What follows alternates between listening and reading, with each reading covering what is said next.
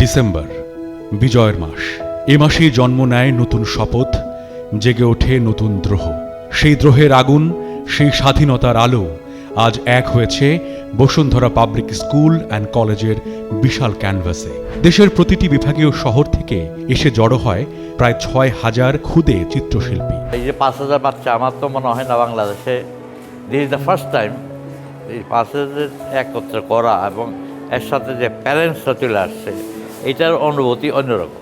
Bashundhara public school and কলেজের উদ্যোগে এবং বসুন্ধরা গ্রুপের চেয়ারম্যান আহমেদ আকবর সোবহানের ব্যক্তিগত পরিকল্পনার অংশ হিসেবে এই বিশাল আয়োজন বাস্তব রূপ পায়। তার একটি স্বপ্ন, শৈশব থেকেই নতুন প্রজন্মকে দেশপ্রেমে জাগ্রত করা।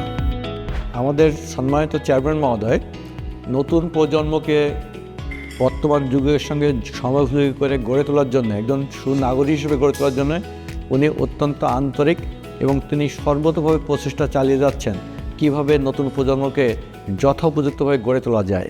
৩টি ক্যাটাগরিতে ৩টি ভিন্ন ভিন্ন পরিসরে একটি অভিন্ন লক্ষ্য নিয়ে শুরু হয় প্রতিযোগিতা।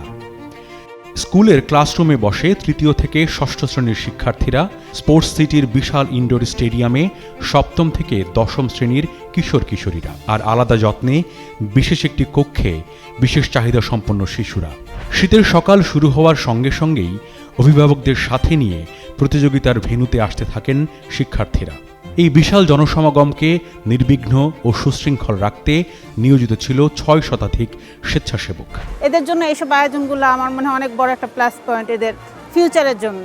ভবিষ্যতে যেন আরও বড় পরিসরে আরও ভালোভাবে এই করতে পারেন। প্রতিযোগিতা শুরুর আগেই Bashundhara public school and college কর্তৃপক্ষের পক্ষ থেকে প্রায় ৬,০০০ প্রতিযোগী এবং তাদের অভিভাবকদের জন্য ব্যবস্থা করা হয় সকালের নাস্তা। নির্ধারিত স্থানে বসার পর আয়োজকদের পক্ষ থেকেই সরবরাহ করা হয় চিত্রাঙ্কনের কাগজ। ঘড়ির কাঁটা এগোতে থাকে। ঠিক সময়ে শুরু হয় বাংলাদেশের ইতিহাসের সবচেয়ে বড় চিত্রাঙ্কন প্রতিযোগিতা। এই প্রতিযোগিতার মূল থিম ৭১-এর মহান মুক্তিযুদ্ধ এবং জুলাইয়ের গণ অভ্যুত্থান। রক্ত, ত্যাগ আর সংগ্রামের ইতিহাস কিভাবে শিশুদের মনে জায়গা করে নিয়েছে তাই আজ রং আর রেখার ভাষায় বলছে তারা। সারি সারি নতুন কুঁড়ি নিবিড় মনোযোগে সাদা কাগজে তুলে আনছে দ্রোহ আর বিপ্লবের ছবি। এরকম আয়োজন যেখানে হয়, সেই আয়োজনের মধ্যে এলে যা আমরা দেখি তা সেই হতাশাকে দূর করে দেয়। কেউ আঁকছে যুদ্ধ, কেউ আঁকছে শহীদের মুখ, কেউ বা আঁকছে একটি স্বাধীন দেশের পতাকার জন্ম।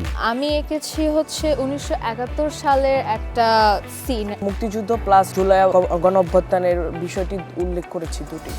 এই ছবিগুলো বলে দেয় অন্যায় আর অন্যায্য না মানা বাঙালির চেতনা এই প্রজন্মের ভেতরেও সমানভাবে জীবিত। এই বাচ্চাগুলোকে তৈরি করতে গেলে ছবি আঁকার মাধ্যমটা অবশ্যই একটা ভালো মাধ্যম এবং সবচেয়ে বেস্ট মাধ্যম আমি বলবো। স্টেডিয়াম ও স্কুল ক্যাম্পাসের প্রতিটি ভেন্যুতেই প্রতিযোগীদের পাশে ছিলেন মোট ১৩০ জন পরীক্ষক। আয়োজনটা অনেক ভালো, কারণ এনাফ জায়গা আছে সবার জন্য। এখানে সবাই অনেক হেল্পফুল। সৌভাগ্যবান মনে করছি যে আমি এত দূর থেকে এখানে এসে অংশগ্রহণ করতে পেরেছি। প্রতিযোগিতা শেষ হবার আগেই উপস্থিত হন প্রধান বিচারকগণ।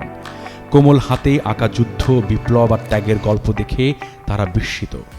বড়দের দেখার ছোটদের দেখার পার্থক্যটা আছে, আর সেই পার্থক্যটা মাঝে মাঝে বড়দের আবিষ্কার করা প্রয়োজন এবং সেটার উপায় হচ্ছে এই ধরনের আয়োজন করা। বিশেষ চাহিদা সম্পন্ন শিশুরাও সফেদ কাগজে নিজেদের অনুভূতি রঙিন করে তোলে। তাদের পেন্সিলের নিখুঁত স্ট্রোক, রঙের সাহসী ব্যবহার বিচারকদের মুগ্ধ করে। শর্ট টাইমের ভিতরে সুন্দর সুন্দর ছবি আঁকতেছে। আমি অনেক সময় করি কি, ওদের থেকে কপি করি, কারণ ওদের যে অদ্ভুত অদ্ভুত ফর্ম করে ছবির ভিতর, আমরা এটা পারবো না এখন করতে। নির্ধারিত সময় শেষে শৃঙ্খলার সঙ্গে ভেন্যু ত্যাগ করতে শুরু করে প্রতিযোগীরা। অক্লান্ত পরিশ্রম আর স্নেহে শিক্ষক ও স্বেচ্ছাসেবকরা শিশুদের পৌঁছে দেন তাদের অভিভাবকদের কাছে। আমি অভিভূত যে একদম প্রত্যেকটা মানুষের অংশগ্রহণকারীদের ঢোকা থেকে শুরু করে বসার ব্যবস্থা করা এতগুলো মানুষের, এবং বাচ্চাগুলো ভেতরে অংশগ্রহণ করলো এবং তাদের যে কাছে বাচ্চাদেরকে আবার হস্তান্তরগুলো দিয়ে দিল, এ সব কিছুই খুব সুশৃঙ্খল ছিল। এবার শুরু হলো বিচার কার্যের প্রথম ধাপ।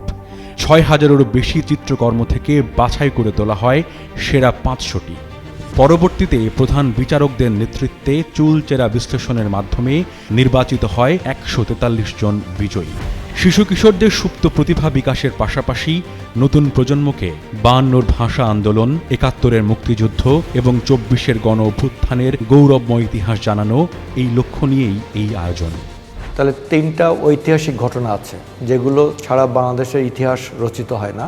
তার একটা হচ্ছে ৫২র ভাষা আন্দোলন, দ্বিতীয়টা হচ্ছে ৭১-এর মুক্তিযুদ্ধ, আর তৃতীয়টা হচ্ছে জুলাইয়ের গণ অভ্যুত্থান ২০২৪। এগুলোর মুক্তির জন্য যারা সংগ্রাম করেছে তার নতুন প্রজন্ম। সো নতুন প্রজন্মকে ইতিহাস সম্পর্কে সচেতন করার জন্য এই অনুষ্ঠান বা এই ধরনের একটা প্রোগ্রাম অত্যন্ত তাৎপর্যপূর্ণ বলে আমি মনে করি।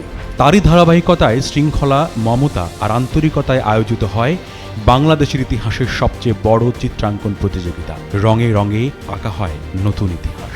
ওদের যে এই টাইমটা শর্ট টাইম হলো, এটা ওদের চিরজীবন মনে থাকবে। এটা তো একটা ইতিহাস, ইতিহাসের অংশ।